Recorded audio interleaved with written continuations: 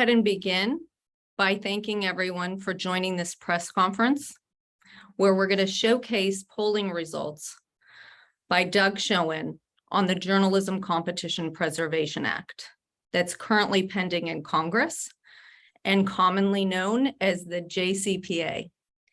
The JCPA addresses the market imbalance between Google and Facebook, the dominant platforms, and local news across our country.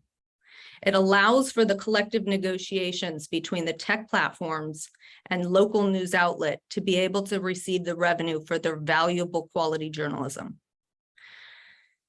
The legislation was just revised and released by the Senate leadership, Kennedy, Klobuchar, Cicilline, and Buck in both the Senate and the House. The Senate version that was released includes 4 improvements that I'll highlight for you, which include an enforcement mechanism to make sure that the bill actually accomplishes its goal. It's modeled after Australia, and it has a backstop to ensure speedy and fair conclusion to negotiations. The second enhancement is that it refocuses on small and local news outlets, capping eligibility to small and local papers under 1,500 employees each publication. The third change is an inclusion of non-discrimination and anti-retaliatory provisions so that we can include all voices and marginalized and conservative voices across our country, all of which are included under the legislation. Lastly, it includes an assurance that journalists will be invested in and that the compensation will go back into the newsroom to create the quality journalism, again, the goal of the legislation.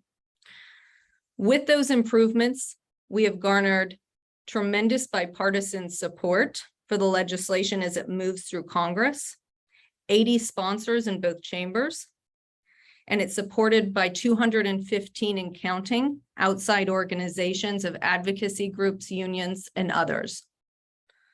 The bill will be marked up in the Senate on September 8th when they return from Labor Day recess, from Labor Day. And what we will outline, what Doug Schoen will outline for you is polling results that also show that there is massive voter support across our country and in 2 particular states. Doug Schoen is the founder and partner of Schoen Cooperman Research. He has 40 years of experience as a pollster and is a champion of bipartisan common sense legislation like the JCPA. We will also hear from Chris Reen, who's the president and CEO of Clarity Media Group, which publishes the Colorado Springs Gazette, the Denver Gazette, and the Washington Examiner in DC. Chris previously served as the president of America's Newspapers, the leading newspaper trade industry in the country. We are very pleased to have them both join us. And before I hand it off to Doug to go over the polling results with Chris to follow, I will go over a few housekeeping items for our participants. We'll have Q&A after Chris speaks. But in the meantime, please feel free to put questions in the chat, which we will address after.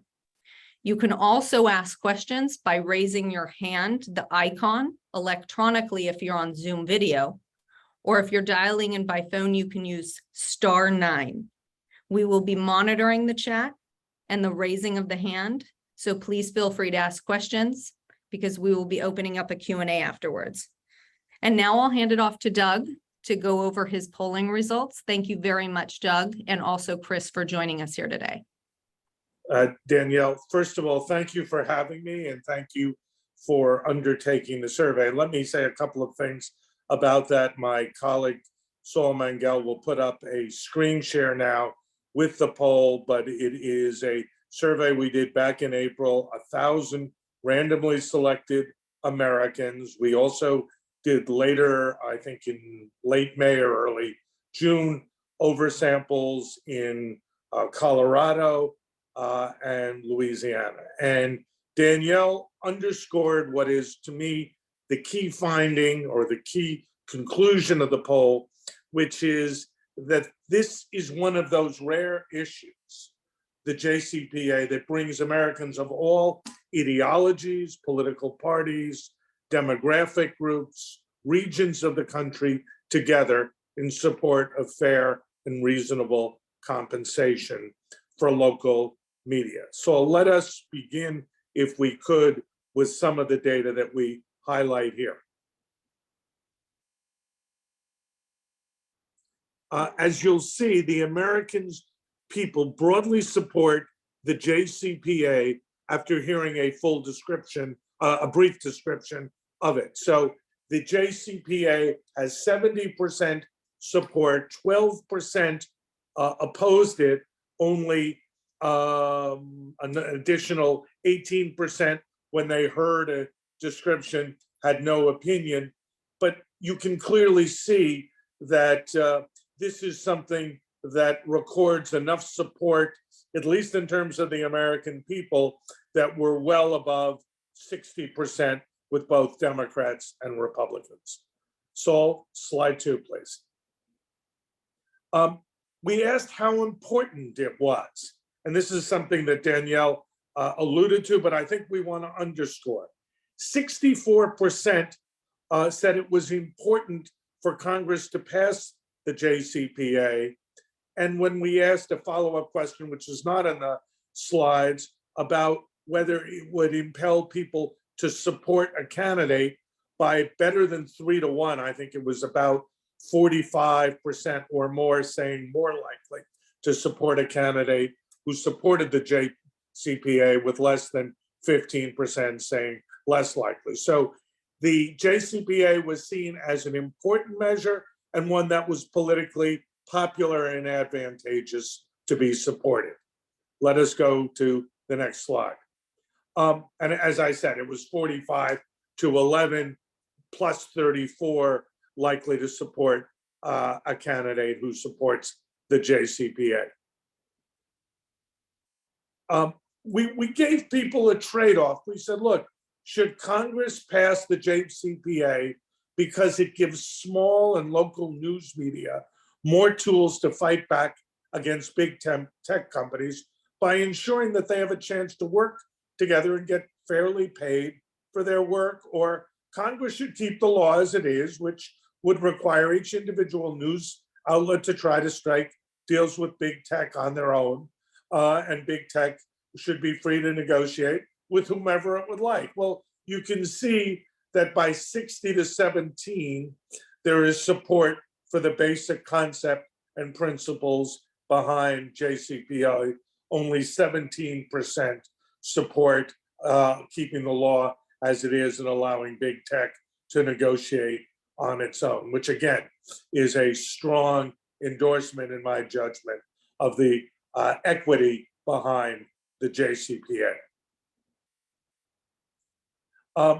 When we look at the state of Colorado, we found that 69% supported the JCPA and only 10% opposed it, a net of plus 59. In Louisiana, the net is plus 49, with 64% supporting the JCPA and 15% opposing it. So 2 very different states, and I think we were seeking to pick a southern state, a western state, that were very different in their demographic and political outlooks to measure support, and what we saw in those 2 states is what we saw nationally. A couple of additional statistics to buttress the points that I've been making this afternoon. 79% of our respondents said big tech has too much power. 76% believe that big tech companies are driving small and local media out of business. 86% said big tech should offer local media some compensation, as they do to national media. Basically, the fairness and equity argument that we have seen already. And 81% said Congress should take strides to give local publishers more power to negotiate with big tech, which is precisely what the JCPA offers. Let me conclude with what I think Danielle began with. We see broad national support for the JCPA. We see support levels in excess of 60%. We see better than 4 in 10, close to 5 in 10 voters saying the JCPA will impel them to support a candidate for Congress or Senate. Less than 15%, around 10, 11%, less likely. This is a political winner. It's a substantive winner, and it's an argument that appeals to fairness and equity. And let me say one other thing about our work, and I think Danielle and our colleagues would echo it. I got involved in this having been active on the issue pre any work, any sponsorship of the work. But let me also be very clear. When Danielle was kind enough to engage my firm, she made it clear that the research would be and should be done independently. There would be no effort to in any way structure or organize the research in a way that would be favorable to the industry. We did the research independently. I stand behind it. Our firm, as Danielle quite rightly pointed out, has been in the forefront of one's encouraging bipartisanship. My partner in Schoen, Cooperman, Carly Cooperman, and I wrote a book earlier this year called Unite or Die. I would make the argument that this passage of JCPA gives us the ability, as a few other measures have this year, to strengthen our union and strengthen the fabric of our democracy. Let me stop there, turn it over to Chris, and I know we'll be able to take questions and comments at the end of the discussion. Well, thank you, Doug, and thank you for that research. Good afternoon, everyone. As a publisher of local news in Colorado Springs and Denver, Colorado, our mission is to make a difference in the communities we serve. Our local news helps bind our communities by reporting on events closest to us, our families and our friends. We present diverse ideas and opinions, often unexamined by mainstream corporate media. Through our investigative and enterprise efforts, which takes significant investments, we are committed to accountability journalism, shining a light on local government and safeguarding our fellow citizens by exposing corruption and injustice.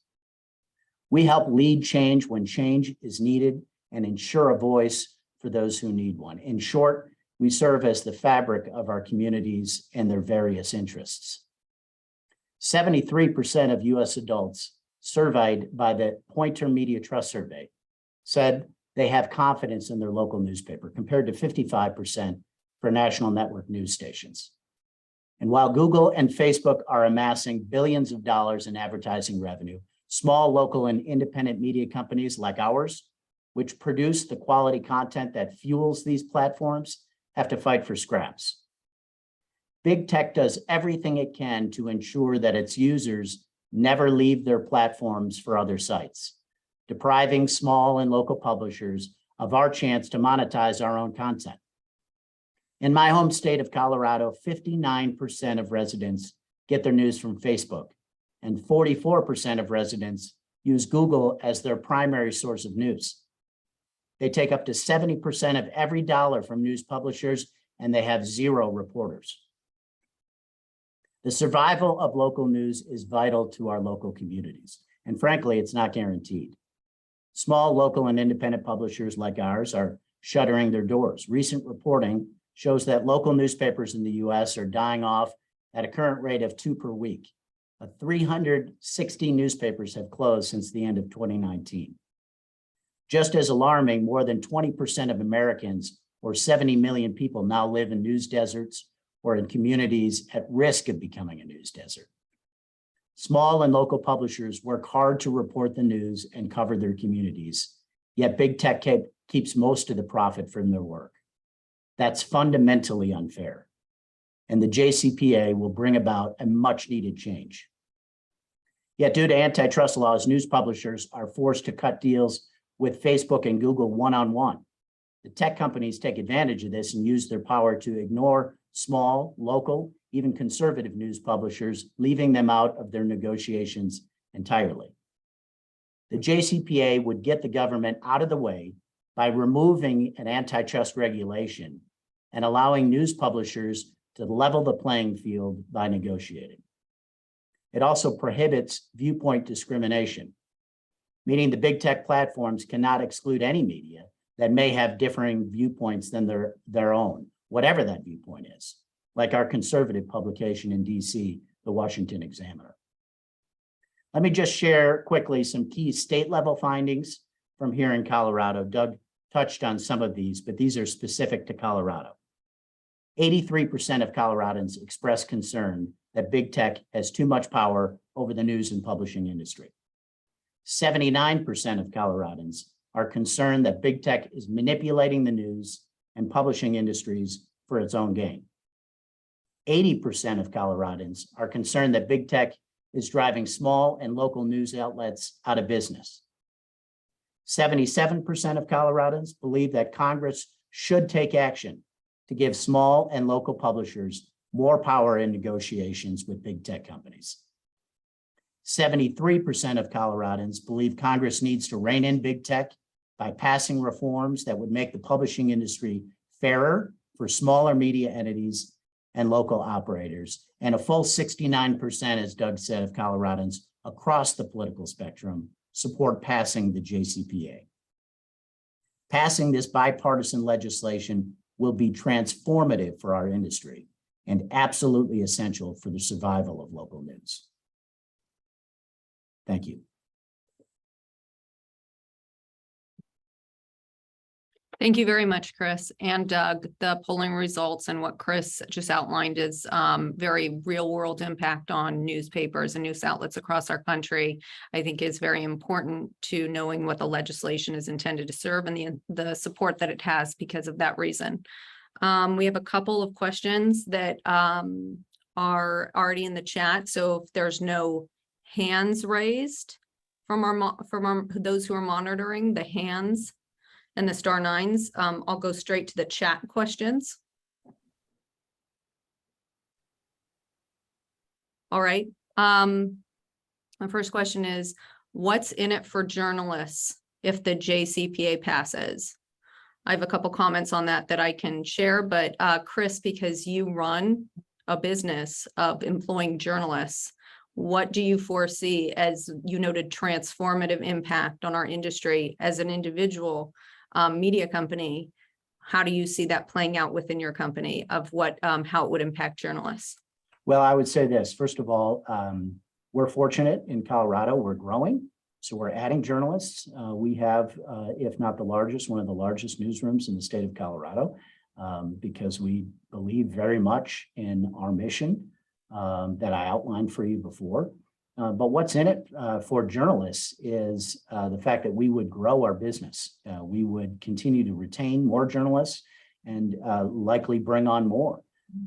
I'm speaking for the industry as Danielle, you mentioned, as past president of America's newspapers. We represent some 1,600 newspapers across the country. And there is enormous economic pressure on our business models for various reasons. But at the end of the day, this JCPA and passing the JCPA would be significant economically for our newspapers, which would allow us to not only sustain the levels that we currently have, but bring on additional journalists. Thank you, Chris. Doug, do you have anything that you wanted to add for that? I might give a couple of anecdotal examples, but please, if you have something to add to what Chris just said. The only thing I would say, Danielle, is the whole notion of strengthening local newspapers as a franchise was apparent in virtually every question that we asked, both nationally in Louisiana and Colorado. So I have a sense that what Chris was saying in terms of his business is writ large, meaning the American people are deeply committed to the franchise of local news, and they understand that if there is not fair and equitable compensation, that what you and Chris were saying will keep happening, which is more journalists will lose their job, more newspapers will close, and then that losers ultimately will not only be the publishers and the journalists, but will be the American people. Thank you very much. That's very true, Doug. I wanted to put some numbers to what some of the things that have been shared, because when Chris says that it could be transformative for our industry, just to give an idea of what we're looking at here, like I said, the strengthened bill was modeled after Australia because it worked. The Australian news publishers, big, small, were paid across the board, and they received about 140 US dollars, 200 million Australian currency, but 140 million US dollars, which translates to the revenue share of Google in America to, we're talking billions of dollars for our industry. So when he says transformative, if you know, the numbers are public, when you convert it to what it can mean here in the United States, it could be transformative for our industry. So when he says that, that's actually based on actual payments that have been made to news publishers in other countries. We don't have the specifics of the numbers, the payments in Europe, even though those payments are being made as well. But that is what we're talking about here, transformative numbers to actually receive the revenue that's benefiting the platforms that we're not getting in return to invest in journalism. And that's the second point I wanted to make, because the question that was asked was, how will this help journalists? Not only does the bill ensure investments in journalists in the newsroom, but as an anecdotal question I've been asked, one of the last 7-day daily papers closed in Kentucky relatively recently, a few months ago, and I was asked by someone in Kentucky, delegation, asked, will this legislation reverse that? Will they go back to 7 days? Will they reopen? And I had to be honest, I don't see newspapers reopening. That's what's at risk here. I also don't necessarily see them going back to 7 days, but I will, and I have to be honest and admit that. However, what I do see is increased reporting, news gathering, and dissemination of content digitally, where there's an actual revenue stream and reward for those investments in that journalism. Where there are already papers, if not 7 days, they will get thicker. Reporters will show up at town hall meetings again. They will cover things that need to be covered in these communities. And so that will be the difference, and not just for the journalists themselves, but for the output of what journalists produce. I'll stop there and see if we have other questions. Otherwise, from a raise hand perspective, otherwise I'll go to more questions that are in the chat. I'm asking our monitors if we have. Okay. Another question we got, what do opponents argue about why this bill shouldn't pass? Do you guys want me to jump in on that one? Sure. So the two most frequent arguments we hear, the biggest one is, I guess I would say, the big media cartel argument that we heard at the February 2nd hearing, the news hearing that the Senate held. And the big media cartel argument was based on this theory that big tech would partner with the big, large national publications and harm consumers, because cartels by definition harm consumers. First of all, that's a fallacy, because in a payment mechanism where prices wouldn't increase for consumers, it by definition wouldn't harm consumers. But even still, the big media cartel argument is no longer valid, because the lead sponsors shortly after that hearing decided to refocus on small and local. And I mentioned at the beginning that they put a cap of 1,500 employees per publication. So actually now it really is only small and local newspapers and broadcasters would qualify to negotiate for fair payment. I don't think anybody would call that a big media cartel. Nobody has since, but that was a change that has deflated, so to speak, that argument. The second criticism I might mention that we've received is about copyright. This bill is in the antitrust subcommittee because it has to do with competition law. Copyright does not address the market imbalance and market power, and competition law does. Antitrust laws are supposed to. And in fact, Google and Facebook have had a de facto antitrust exemption for the last couple decades. So now us being allowed to negotiate collectively under competition law for payment of our articles is not, does not impact copyright law. Even so, the lead sponsors wanted to make it clear that this has nothing to do with copyright law. So they actually, in the revisions, included a provision that unequivocally said, and it's at the bottom of the bill if folks are looking for it, this bill does not in any way affect, impair, or modify copyright laws, just to make it absolutely clear that this has nothing to do with copyright. The Copyright Alliance has said so. All the Copyright Office, the US Copyright Office has said this is not a copyright measure. So this has nothing to do with copyright law. Any other attacks that or criticisms that Chris or Doug you'd like to address? Yeah, I might have. Oh, go ahead, Doug. Yeah, I was going to be very quick and say the data that I underscored, I think the trade-off was 60 to 17, change the law to be fair or keep it as is. One of the things we see in public opinion all the time is that getting change is a difficult task to achieve. In this case, there is clear recognition that the status quo is unfair and that change is necessary. And a solid majority of the American people, 60% or more, support change, and under 1/5 say keep the status quo.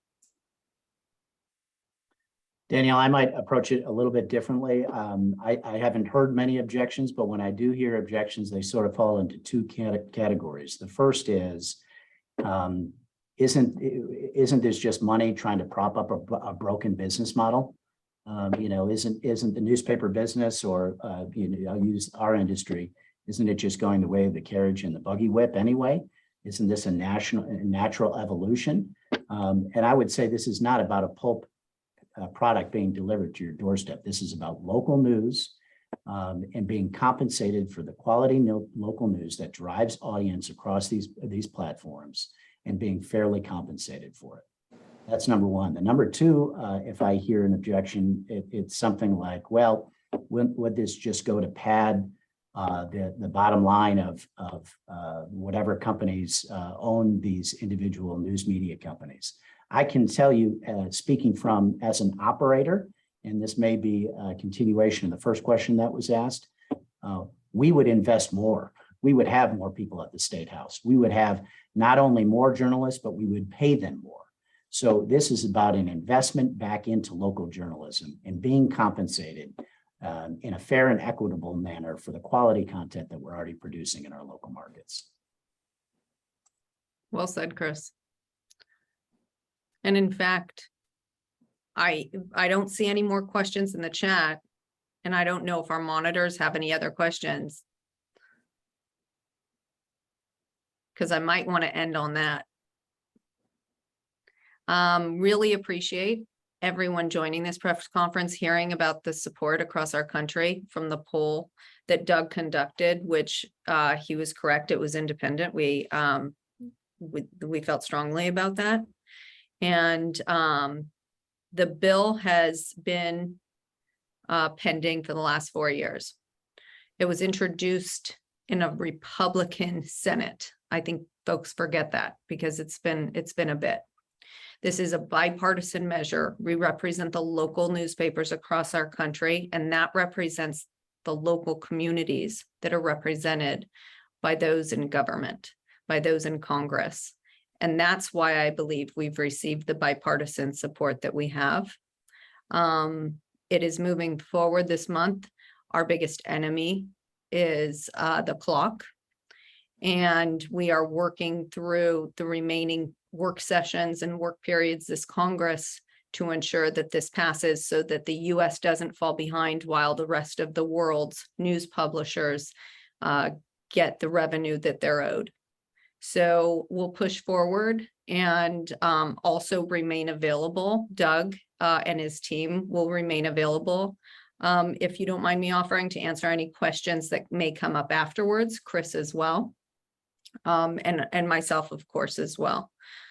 Really appreciate everyone joining, listening to this information that we hope is useful as folks are covering, considering, and gathering information about the legislation that's going to be marked up in the Senate on September 8th when they return from Labor Day, August recess. Thank you, everyone, for joining, and thank you, Chris and Doug, for participating. My pleasure. Thank you, Danielle. Thank you. Thank you, Danielle. Have a wonderful day. Thank you.